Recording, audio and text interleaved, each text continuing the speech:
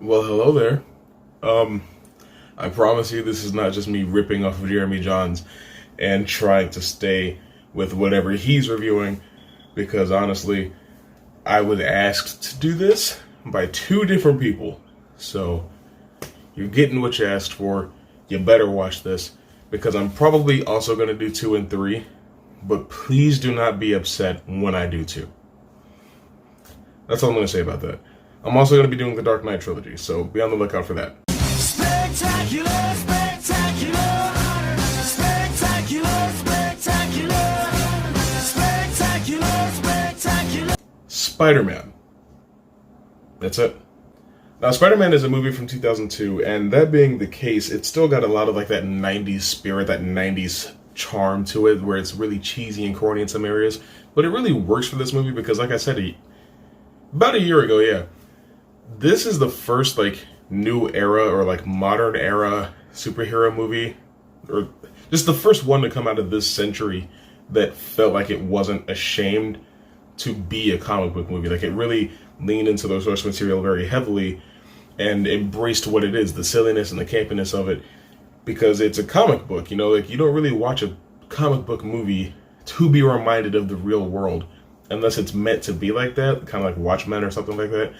But in the case of Spider-Man, it was absolutely just Spider-Man, just what you know Spider-Man to be thrown into the big screen. And that was really appreciated in a time where all you really had was X-Men and Blade. However, the story is really streamlined here. The field trip is to like a nature museum, and the spider, instead of being radioactive, is like genetically enhanced, so when it bites Peter, it passes on the traits of all these different spiders, so that he becomes like a super hybrid Spider-Man, which is interesting. But then after that, you know, the whole, go to Russell, he's doing that so he can buy a car to impress MJ, like it's all kind of related to her. And then, you know, the great power, great responsibility thing happens, and you end up losing Uncle Ben, which is a staple to the Spider-Man mythology. But just because his name has not come up in the MCU version of Spider-Man does not mean that his role has been completely erased. Let's not open that can of worms. Let's just talk about this movie. Now, the villain in this one is the Green Goblin, which is pretty brilliant because there's a lot of debate back and forth about who Spider-Man's true nemesis is. Some people say it's Dr. Octopus. Most people say it's Green Goblin. So to get pretty much his main rival in the first movie is a pretty brilliant move, even if he does look more like a Power Rangers villain than the Green Goblin. I mean, considering the time, I'm sure the design was for a good reason. However, I pretty much hate it. I really don't think that looks like the Green Goblin at all. But Willem Dafoe, who plays him, does an absolutely fantastic job. He's pretty much iconic in that role. That's a large part of the reason so many people want to play Joker now. But I think that he's a lot of the reason that the movie comes across as so corny and cheesy in some areas. Like when he's flying away after his first fight with Spider-Man, he's like, "We'll meet again, Spider-Man," against some really whack CGI. So it's kind of like, it just kind of makes the movie seem like it was made for a completely different generation when the movie's only 18 years old. Like, the movie can now vote. You know, like, it hasn't really been that long. Speaking of things being iconic, though, there is a part in the movie that everybody seems to remember where Spider-Man saves MJ in an alleyway and then she does the upside down kiss with him.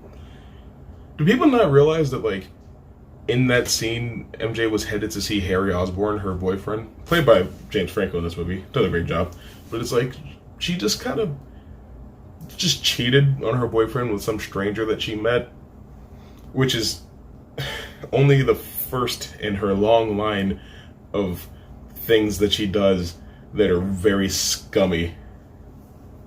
I don't like MJ in this trilogy. I'm sorry, she's just not a good person. Now let's talk about the main thing. Tobey Maguire as Spider-Man. Does he do a good job? Absolutely. Playing the material that he is given, he does a fantastic job. He is very much an iconic Spider-Man. I don't know so much about Peter Parker. Sometimes when I'm looking at like Peter and just the Peter Parker sequences, I get very annoyed. But not so much in this movie, more so in 2 and 3, so we'll get to that later.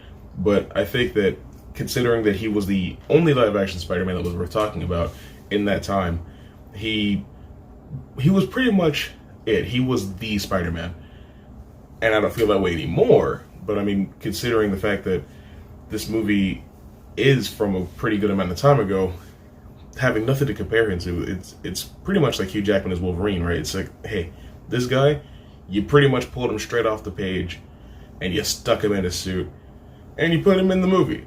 And that's good to have. For something as ambitious as a Spider-Man movie would be, you would want somebody who, when you see them in the role, just reminds you of who the character is and what the character means to you. So it's very good that they were able to cast him so well back then. There is this one scene that I really like that a lot of you guys are going to know what I'm talking about as soon as I start describing it, but they're having Thanksgiving dinner, and this is after the first encounter between Spider-Man and the Green Goblin, so Norman is there and Peter is there. Norman's there because he's a friend of Peter's. Well, Harry is a friend of Peter, so that's why he's invited to the Parker Thanksgiving. I am really bad at explaining things from memory. Should I have rewatched the movie? Maybe, but we'll get there. But yeah, it's Thanksgiving dinner, and they're there, and they both notice that the other one has a bit of an interesting situation. You know, like Norman realizes that Peter has a scar in the exact place that he should have been cut by a razor bat, and he's like, huh. So you tripped and fell over, huh? You got hit by a bicyclist? Interesting. And so, like, in that moment, they're sitting there looking at each other, talking back and forth, kind of seeing through the other person's lie, and figuring out that they are the Green Goblin and Spider-Man, respectively. And I love moments like that, where the characters are just, like, talking about whatever it is, and it's just like, huh, interesting. Like, there's something like that in Spider-Man Homecoming that I really enjoyed, with the Vulture figuring out that Peter's Spider-Man, because, oh, interesting that Peter bailed out in Washington, and then Spider-Man showed up. You know, like, something like that is really good if it's handled well. I can't exactly think of any examples where it wasn't. Maybe Death Note, but I'm sure it happens more often than just then. Also, this movie kind of suffers from having a really lame final fight, but you know what? It's okay, because you get the whole thing with Norman trying to take Spider-Man out with the glider, takes himself out, Harry sees his dead body, and Spider-Man's the one that delivered him, and he's like, okay, Spider-Man killed my father, and then that starts their feud for the next 2 movies. We all feel different ways about that, but we will cover it in due time. But yeah, all in all, Spider-Man's a pretty iconic, solid, good, rewatchable, enjoyable Spider-Man movie, and like I said earlier, is pretty important at the time for comic book movies, especially going forward. Like, I really don't think that the MCU would have happened as it did if superhero movies before that hadn't started leaning heavier towards their own source material, starting with Spider-Man. So with all that being considered, I think Spider-Man is absolutely worth watching even now, and probably worth buying on Blu-ray. But Spider-Man, I'm sure you've seen it, it's been a long time. But what do you think about it? Whatever it is, whatever you think, I'm below and educate me. And as always, if you want more videos from me, click like, subscribe, share this video around, and click on the screen where you'll get more videos. Isn't that crazy? But yeah, I'll see you soon.